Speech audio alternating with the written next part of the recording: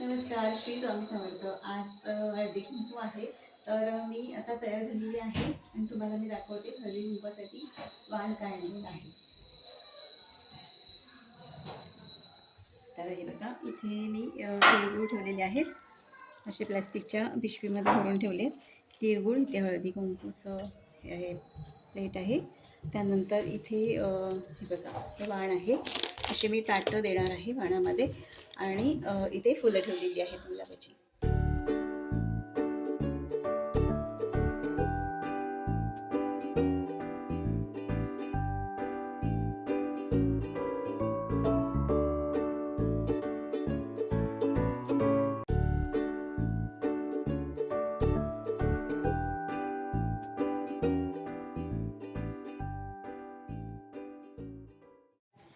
तर इथे मी देवासाठी पण वाण काढून ठेवलेलं आहे. आधी देवाला हळदी-कुंकू व्हायला इथे मी आणि वाण काढून ठेवलेलं आहे.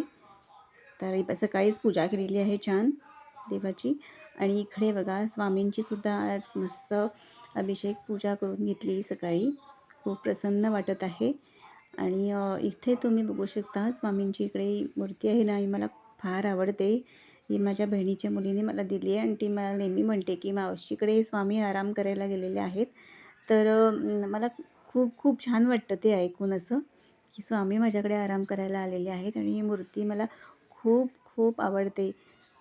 सारखं त्या मूर्तीकडे बघत राहावं असं वाटतं. तर इथे सुद्धा मी स्वामींच्या इथे छान अशी जरा फुलांची सजावट केलेली आहे. आता हळदी-कुंकवासाठी मैत्रिणी आलेल्या आहेत. याआधी पण काही जणी येऊन गेल्या.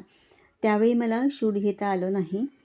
हळदी-कुंकू हा आपल्या संस्कृतीतील एक महत्त्वाचा आणि शुभ समारंभ आहे. तो मुख्यतः सौभाग्य, आरोग्य आणि समृद्धीची कामना करण्यासाठी साजरा केला जातो. हळद ही शुद्धता, आरोग्य आणि सकारात्मक ऊर्जेचं प्रतीक मानले जाते. तर कुंकू हे सौभाग्य, शक्ती आणि स्त्रीत्वाचं चिन्ह आहे. स्त्रियांच्या कपाळावर हळद-कुंकू लावण्यामागे त्यांना दीर्घायुष्य, सुखी वैवाहिक जीवन आणि मानसिक बळ लाभावं ही भावना असते. हळदी-कुंकू साजरे करण्यामागचा आणखीन एक उद्देश म्हणजे स्त्रियांमधील नातेसंबंध दृढ करणे. या निमित्ताने स्त्रिया एकत्र येतात, गप्पा मारतात, अनुभव शेअर करतात आणि एकमेकींबद्दल आपुलकी व्यक्त करतात. त्यामुळे समाजात ऐक्य वाढते. हळदी-कुंकू हा फक्त विधी नाही, तर तो प्रेम, सन्मान आणि स्त्रियांमधला नात्यांचा उत्सव आहे. हळदी-कुंकवाच्या दिवशी आपण घर स्वच्छ करून देवाची पूजा करतो. मैत्रिणी, नातेवाईक स्त्रियांना हळदी-कुंकवासाठी आपल्या घरी बोलावतो. कपाळावर हळद-कुंकू लावतो, छोटीशी भेटवस्तू देतो. छान गप्पा होतात, हसणं, खेळणं होतं.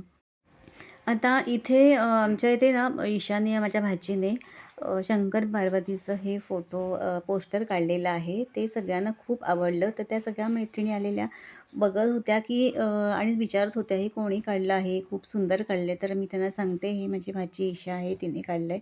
आणि ती सगळं तिचं कॉलेज वगैरे सांभाळून हा तिचा छंद जोपासते, असं मी त्यांना सांगत होते. तर त्या सगळ्यांनी ईशाचं खूप कौतुक केलं. म्हणाल्या, खूप सुंदर काढलेलं आहे हे चित्र. त्यांना फार आवडलं.